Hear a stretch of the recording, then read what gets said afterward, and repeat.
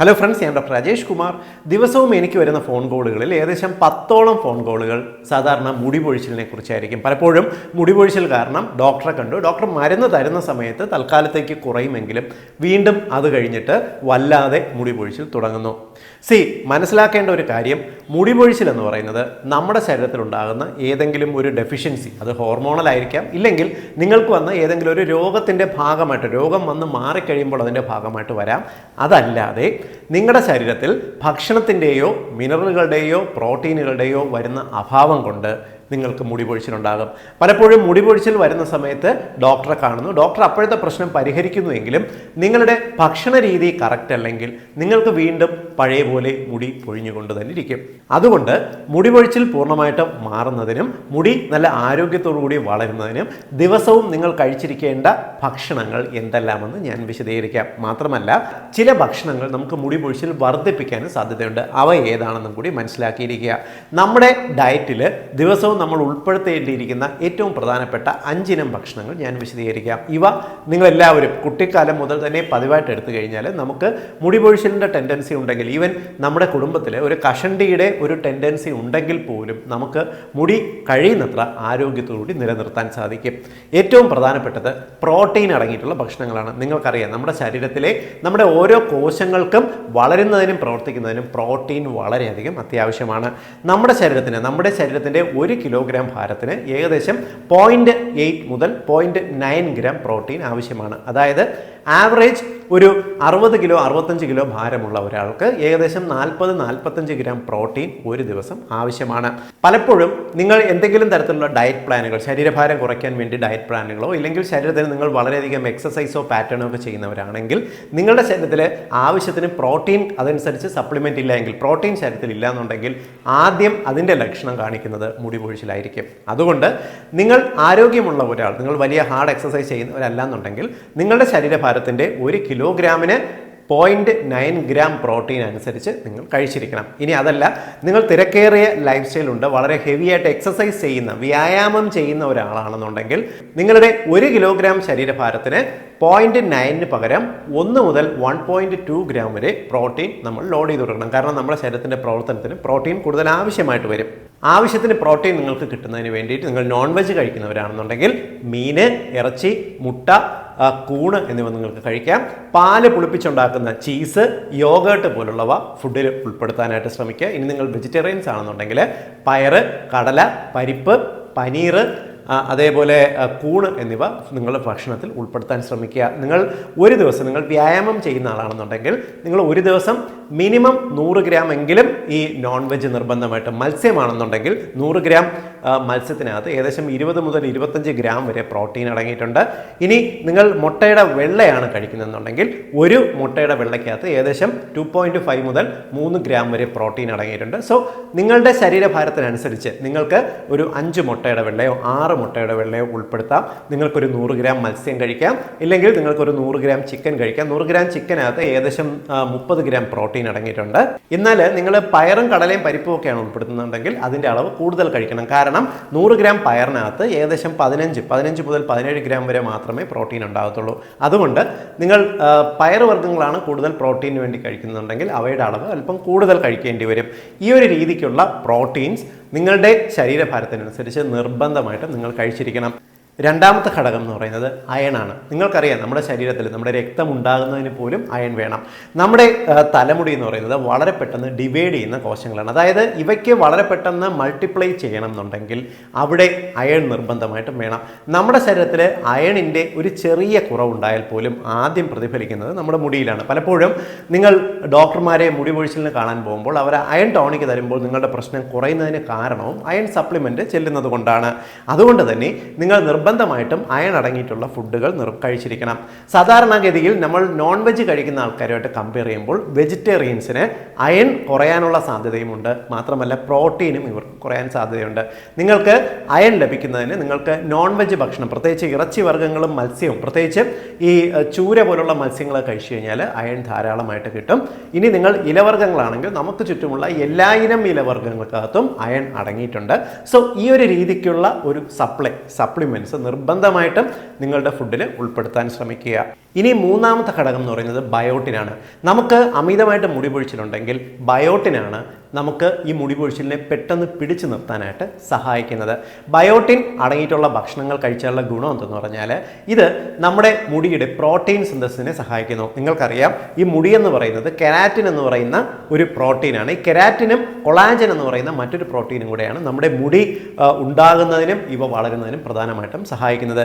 Keratin synthesis പ്രോപ്പറായിട്ട് നടക്കുന്നതിന് biotin അത്യാവശ്യമാണ്. അതുകൊണ്ട് ബയോട്ടിൻ അടങ്ങിയിട്ടുള്ള ഫുഡുകൾ പതിവായിട്ട് കഴിക്കുക.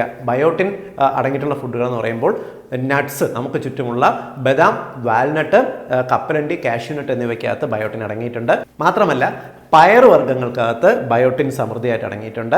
മാത്രമല്ല തവിടുള്ള അരിയെല്ലാം കൂടുതൽ നമ്മൾ കഴിക്കുമ്പോൾ, അരി ആഹാരം പലപ്പോഴും വെള്ള അരി കഴിക്കുന്നതിന് പകരം തവിടുള്ള അരി ഉപയോഗിക്കുമെങ്കിലും ബയോട്ടിൻ്റെ സപ്ലൈ കിട്ടും. നിങ്ങൾ നോൺ വെജ് കഴിക്കുന്നവരാണെങ്കിൽ മുട്ടയുടെ മഞ്ഞയ്ക്കകത്ത് യെല്ലോയിൽ ധാരാളം ബയോട്ടിൻ അടങ്ങിയിട്ടുണ്ട്. പതിവായിട്ട് നിങ്ങൾ വ്യായാമം ചെയ്യുന്നവരാണെങ്കിൽ നിങ്ങൾക്ക് 1-2 മുട്ടയുടെ മഞ്ഞ കഴിക്കുന്നത് ബയോട്ടിൻ സപ്ലൈ ഇനഫായിട്ട് കിട്ടുന്നതിന് സഹായിക്കും. ഇനി നാലാമത്തെ ഘടകം എന്ന് പറയുന്നത് omega-3 ഫാറ്റി ആസിഡ്സ് ആണ്. നിങ്ങൾക്കറിയാം omega-3 ഫാറ്റി ആസിഡ്സിന് ലഭിക്കുന്നതിന് നമ്മുടെ നാട്ടിലുള്ള കടൽ മത്സ്യങ്ങൾ, ചെറിയ മത്സ്യങ്ങൾ, പ്രത്യേകിച്ച് ചാള, ചൂര, അയല, നമ്മൾ മത്തി എന്നൊക്കെ വിളിക്കത്തില്ലേ, ഇത്തരം മത്സ്യങ്ങൾ ധാരാളം കഴിക്കുക. ഇല്ലെങ്കിൽ മീനെണ്ണ ഗുളിക, കോട്ട് ലിവർ ഓയിൽ നിങ്ങൾക്ക് ഉപയോഗിക്കാം. മാത്രമല്ല നിങ്ങൾക്ക് നട്ട്സ്, പ്രത്യേകിച്ച് ബദാമും വാൽനട്ടും പതിവായിട്ട് കഴിക്കുന്നത് നിങ്ങൾക്ക് ഈ omega-3 ഫാറ്റി ആസിഡ് കിട്ടാനായിട്ട് സഹായിക്കും. മാത്രമല്ല ഫ്ലാക്സ് സീഡ്സ് പതിവായിട്ട് കഴിക്കുന്നത് നമുക്ക് omega-3 ഫാറ്റി ആസിഡ്സ് കിട്ടാനായിട്ട് സഹായിക്കും. ഇനി അഞ്ചാമത്തെ ഘടകം എന്ന് പറയുന്നത് വൈറ്റമിൻ ഡി ആണ്. നിങ്ങൾക്കറിയാം നമ്മുടെ ശരീരത്തിൽ നമ്മുടെ സ്കിന്നിൻ്റെയും നമ്മുടെ മുടിയുടെയും ആരോഗ്യത്തിനും രോഗപ്രതിരോധ ശേഷിക്കും വൈറ്റമിൻ ഡി അത്യാവശ്യമാണ്. വൈറ്റമിൻ ഡി ലഭിക്കുന്നതിന് എന്തെല്ലാം കാര്യങ്ങൾ ചെയ്യണമെന്ന് ഇതിനു മുമ്പ് ഞാൻ 2-3 വീഡിയോസ് എക്സ്പ്ലെയിൻ ചെയ്തിട്ടുണ്ട്. എങ്കിലും വൈറ്റമിൻ ഡി കിട്ടുന്ന ഭക്ഷണങ്ങൾ പ്രധാനമായിട്ടും ഇത് വെയിലിൽ നിന്നാണ് ലഭിക്കുന്നത്. കൂടാതെ പാലിലും മുട്ടയിൽ നിന്നുമെല്ലാം തന്നെ നമുക്ക് വൈറ്റമിൻ ഡി കിട്ടുന്നതായിരിക്കും. നിങ്ങൾക്ക് മുടി പൊഴിച്ചിലുണ്ടെങ്കിൽ ഡെഫിനറ്റ്ലി നിങ്ങൾ ഒരു ഡോക്ടറെ കണ്ടിട്ട് വൈറ്റമിൻ ഡി കുറവാണോ അല്ലയോ എന്ന് പരിശോധിച്ചിരിക്കേണ്ട അത്യാവശ്യമാണ്.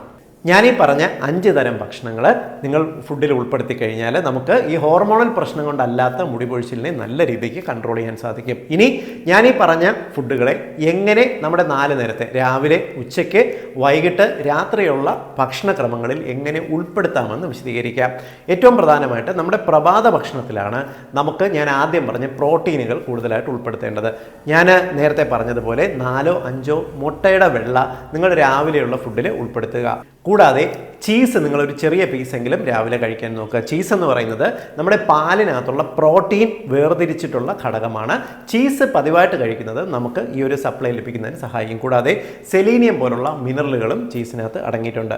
കൂടാതെ നമ്മൾ പയറുവർഗ്ഗവും കടലവർഗ്ഗവും ഒരു ബൗൾ രാവിലെ കഴിക്കാൻ നോക്കുക. പയറിൻ്റെയോ കടലയോ നമുക്ക് 2 രീതിക്ക് കഴിക്കാം. ഒന്ന് നിങ്ങൾക്ക് പുഴുങ്ങിയിട്ടോ കറി വെച്ചിട്ടോ കഴിക്കാവുന്നതാണ്. അതോടൊപ്പം തന്നെ 2-3 സ്പൂണ് മുളപ്പിച്ച പയറോ കടലയോ കൂടി കഴിക്കാൻ ശ്രമിക്കുക. മുളപ്പിച്ച പയറിൻ്റെയും കടലയുടെയും പ്രത്യേകത എന്ന് പറയുന്നത് ഇതിനകത്ത് പ്രോട്ടീനിൻ്റെ അളവ് അല്പം കുറവായിരിക്കും. പക്ഷേ ഇതിനകത്ത് നമ്മുടെ ശരീരത്തിന് വേണ്ട മിനറൽസ് ആക്റ്റീവ് ഫോമിൽ ഉണ്ടായിരിക്കും. മുളപ്പിച്ച പയറിലും കടലയിലും അയണ്, സെലീനിയം, സിങ്ക് പോലുള്ളവ സമൃദ്ധിയായിട്ട് അടങ്ങിയിട്ടുണ്ട്.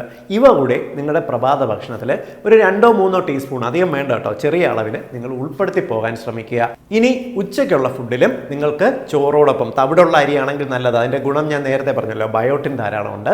കൂടാതെ ഇതോടൊപ്പം തന്നെ നിങ്ങൾ മോര്, യോഗേർട്ട് പതിവായിട്ട് ഉൾപ്പെടുത്തുക. യോഗേർട്ടിൻ്റെ പ്രത്യേകത ഇത് പ്രോബയോട്ടിക്കാണ്, നമ്മുടെ ശരീരത്തിന് നല്ലതാണ്. രണ്ടാമത്തെ ഇതിനകത്ത് പ്രോട്ടീൻ അടങ്ങിയിട്ടുണ്ട്. കൂടാതെ നിങ്ങൾ നോൺ വെജ് കഴിക്കുന്നവരാണെന്നുണ്ടെങ്കിൽ മത്സ്യം ഉച്ചയ്ക്ക് ഉൾപ്പെടുത്തുന്നതായിരിക്കും നല്ലത്. ഇതോടൊപ്പം തന്നെ നിങ്ങൾക്ക് മത്സ്യം അല്ലെങ്കിൽ ചിക്കൻ കഴിക്കാം. ഒരു ചെറിയ ബൗള് പയറോ കടലയോ കൂടി ഉൾപ്പെടുത്തുക. ഒരു ഇലക്കറി നിർബന്ധമായിട്ട് ഉൾപ്പെടുത്തുക. ഇലക്കറിയുടെ ഗുണം ഞാൻ നേരത്തെ പറഞ്ഞു, അയൺ അടങ്ങിയിട്ടുണ്ട്, മിനറൽസ് അടങ്ങിയിട്ടുണ്ട്. അതിന് നിങ്ങൾക്ക് പരിസരത്ത് കിട്ടുന്ന ചീര, മുരിങ്ങയില, തഴുതാമയിലയോ മധുരച്ചീരയിലയോ എന്ത് വേണോ ഉൾപ്പെടുത്താവുന്നതാണ്. അതല്ലെങ്കിൽ നിങ്ങൾക്ക് ലെറ്റ്യൂസ് മേടിക്കാൻ കിട്ടും. ലെറ്റ്യൂസ് നിങ്ങൾ മേടിച്ചിട്ട്, ലെറ്റ്യൂസ് ഇല നിങ്ങൾക്ക് സാലഡ് ഫോമിൽ കഴിക്കാവുന്നതാണ്. അല്ലെങ്കിൽ അത്യാവശ്യം ഫുഡിൻ്റെ ഒപ്പം ഒരു അരവേവാക്കിയിട്ട് ഫുഡിൽ ഉൾപ്പെടുത്താവുന്നതാണ്. 4 മണിക്കുള്ള നിങ്ങളുടെ സ്നാക്ക് എന്ന് പറയുന്നത് നിങ്ങൾ കഴിയുന്നത്ര ഈ അൺഹെൽത്തി ആയിട്ടുള്ള എണ്ണ ചേർന്നിട്ടുള്ള അല്ലെങ്കിൽ മധുരം ചേർന്നിട്ടുള്ള സ്നാക്കിന് പകരം നിങ്ങൾ റോസ്റ്റ് ചെയ്ത നട്ട്സ് ഉപയോഗിക്കാൻ ശ്രമിക്കുക. നിങ്ങൾക്ക് ബദാം റോസ്റ്റ് ചെയ്ത് ഉപയോഗിക്കാം, ഇല്ലെങ്കിൽ വാൽനട്ട് ഉപയോഗിക്കാം. ഞാൻ നേരത്തെ പറഞ്ഞല്ലോ, പ്രോട്ടീനുമാണ്, omega-3 ഫാറ്റി ആസിഡ്സും ഇതോടൊപ്പം ഉണ്ടാവും. ഇതോടൊപ്പം കഴിയുന്നത്ര ഒരു ബ്ലാക്ക് ടീയോ ബ്ലാക്ക് കോഫിയോ ഉൾപ്പെടുത്തുകയും ചെയ്യാം. അത്യാവശ്യം നിങ്ങൾക്ക് ബദാമോ വാൽനട്ടോ നിങ്ങൾക്ക് 17 ഗ്രാം വരെ ഒരു ഔൺസ് നിങ്ങൾക്ക് ഈ നട്ട്സ് ഫുഡിൻ്റെ ഒപ്പം 4 മണിയാകുമ്പോൾ കഴിക്കാവുന്നതാണ്. രാത്രി നിങ്ങൾ ഫ്രൂട്ട്സ് കൂടുതൽ ഉൾപ്പെടുത്തുക. ഫ്രൂട്ട്സിനകത്ത് ഡെഫിനറ്റ്ലി നമ്മുടെ ശരീരത്തിന് വേണ്ട ആൻറ്റി ഓക്സിഡൻസ് അടങ്ങിയിട്ടുണ്ട്. മാത്രമല്ല നിങ്ങൾ ഒരു ലൈറ്റ് പ്രോട്ടീൻ, അതായത് നിങ്ങൾക്ക് എഗ്ഗ് വൈറ്റോ ഇല്ലെങ്കിൽ ചിക്കനോ വറുക്കാതെ കറി വെച്ച ഏതെങ്കിലും ചിക്കൻ പീസോ ഫിഷോ നിങ്ങൾക്ക് ഫുഡിൻ്റെ ഒപ്പം ചേർത്ത് രാത്രി ഉപയോഗിക്കാവുന്നതാണ്. ഇനി അതല്ല, നിങ്ങൾ രാത്രി സാലഡ്സ് കഴിക്കുന്നവരാണെങ്കിൽ ഫ്രൂട്ട്സ് മിക്സ് ചെയ്തിട്ട് നിങ്ങൾക്ക് സാലഡ്സ് ഉപയോഗിക്കാം. നിങ്ങൾ ഇനി അതല്ല ഓട്സ് ആണ് നിങ്ങൾ രാത്രി കഴിക്കുന്നതെന്നുണ്ടെങ്കിൽ ഓട്സിനോടൊപ്പം നിങ്ങൾക്ക് ഫ്ലാക്സ് സീഡ്സ് ചേർത്ത് ഉപയോഗിക്കുന്നതും മുടി പൊഴിച്ചിൽ മാറ്റുന്നതിന് സഹായിക്കും. ഈ ഒരു രീതിക്ക് നിങ്ങളുടെ ഡെയിലിയുള്ള ഭക്ഷണക്രമത്തിൽ ഞാൻ ഈ പറഞ്ഞതും കൂടെ ആഡ് ചെയ്ത് പോയി കഴിഞ്ഞാൽ ഡെഫിനറ്റ്ലി നമുക്ക് മുടി പൊഴിച്ചിലിനെ കുറച്ച് കൊണ്ടുവരാൻ സാധിക്കും. ഇനി ശ്രദ്ധിക്കേണ്ട മറ്റൊരു കാര്യം, മുടി പൊഴിച്ചിലുള്ളവർ നിർബന്ധമായിട്ടും ഒഴിവാക്കേണ്ട ചില ഫുഡുകളെന്ന് വിശദീകരിക്കാം. ഒന്നാമത്തെ ഘടകം എന്ന് പറയുന്നത്, നിങ്ങളുടെ ശരീരത്തിന് പാല് അലർജി ആണെന്നുണ്ടെങ്കിലോ നിങ്ങൾക്ക് ഡ്രൈ സ്കിൻ ടെൻഡൻസി ഉണ്ടെങ്കിലോ നിങ്ങൾ പാല് കഴിയുന്നത്ര ഒഴിവാക്കി പോവുക. പാല് ചേർത്ത ഭക്ഷണങ്ങളോ നിങ്ങൾ ഒഴിവാക്കി പോവുക. കാരണം ഈ ഡ്രൈ സ്കിൻ ടെൻഡൻസി ഉള്ളവർക്ക് പാല് ഈ ഡ്രൈനെസ് വർദ്ധിപ്പിക്കാൻ കാരണമാകുകയും മുടി പൊഴിച്ചിൽ പോലുള്ളവ വർദ്ധിക്കാൻ കാരണമാകും. അതേസമയം പാല് പുളിപ്പിച്ചുണ്ടാക്കുന്ന ഘടകങ്ങൾ ഞാൻ നേരത്തെ പറഞ്ഞല്ലോ, നിങ്ങൾക്ക് ചീസ് എടുക്കാം, തൈര്, മോര്, യോഗേട്ട്, പനീർ പോലുള്ളവ ധാരാളം ഉപയോഗിക്കാം, വലിയ പ്രോബ്ലം ചെയ്യത്തില്ല.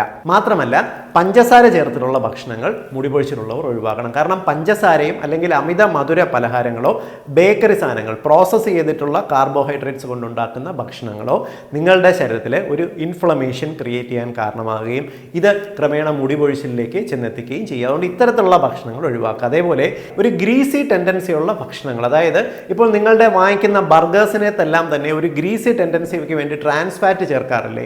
ഇത്തരത്തിലുള്ള ട്രാൻസ് ഫാറ്റ് ചേർത്തുള്ള ഭക്ഷണങ്ങൾ, ബേക്കറിയിലെ പേസ്ട്രീസോ അല്ലെങ്കിൽ അമിതമായിട്ട് കൊഴുപ്പ് അടങ്ങിയിട്ടുള്ള ഈ ട്രാൻസ് ഫാറ്റ് ചേർന്നിട്ടുള്ള ഭക്ഷണങ്ങളെല്ലാം കഴിയുന്നത്ര ഈ മുടി പൊഴിച്ചിൽ ടെൻഡൻസി ഉള്ളവർ ഒഴിവാക്കുന്നത് തന്നെയാണ് നല്ലത്. മാത്രമല്ല കാർബണേറ്റഡ് ഡ്രിങ്ക്സിൻ്റെ കോളകളുടെ ഉപയോഗം ഡെഫിനറ്റ്ലി മുടി പൊഴിച്ചിൽ വർദ്ധിപ്പിക്കാൻ കാരണമാകും. കാരണം കോളയ്ക്കകത്ത് എക്സസീവായിട്ട് അടങ്ങിയിട്ടുള്ള പഞ്ചസാര, ഹൈ എനർജി, ഇതെല്ലാം തന്നെ നമ്മുടെ ശരീരത്തിൽ നോർമൽ ആയിട്ടുള്ള വൈറ്റമിൻസിൻ്റെയും മിനറൽസിൻ്റെയും അബ്സോർപ്ഷനെ തടസ്സപ്പെടുത്തും. അതുകൊണ്ട് ഇത് മുടി പൊഴിച്ചിലുള്ളവർ ഡെഫിനറ്റ്ലി കോളയും കാർബണേറ്റഡ് ഡ്രിങ്കുകളും ഒഴിവാക്കുന്നത് നല്ലതാണ്. അടുത്ത പ്രധാനപ്പെട്ട ഘടകം എന്ന് പറയുന്നത് മദ്യമാണ്. മദ്യം എന്ന് പറയുമ്പോൾ ബിയർ പോലുള്ള ബിവറേജുകൾ ഉൾപ്പെടെ ഒഴിവാക്കി പോകുന്നതിനാണ് നല്ലത്. കാരണം ഇത്തരം ഡ്രിങ്കുകൾ നമ്മുടെ ശരീരത്തിന് ആവശ്യമുള്ള വൈറ്റമിനുകളും മിനറലുകളും അബ്സോർബ് ചെയ്യുന്നതിനെ വലിയ തോതിൽ തടയുന്നുണ്ട്.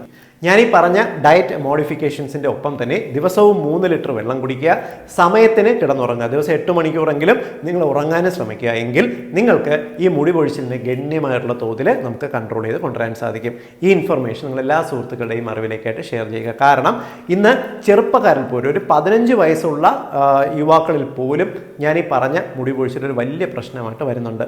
ഒരുപാട് പേർക്ക് ഇത് ഉപകാരപ്പെടുമെന്ന് ഉറപ്പാണ്. വീണ്ടും മറ്റൊരവസരത്തിൽ മറ്റൊരു വിഷയമായി കണ്ടുമുട്ടാം. ബൈ.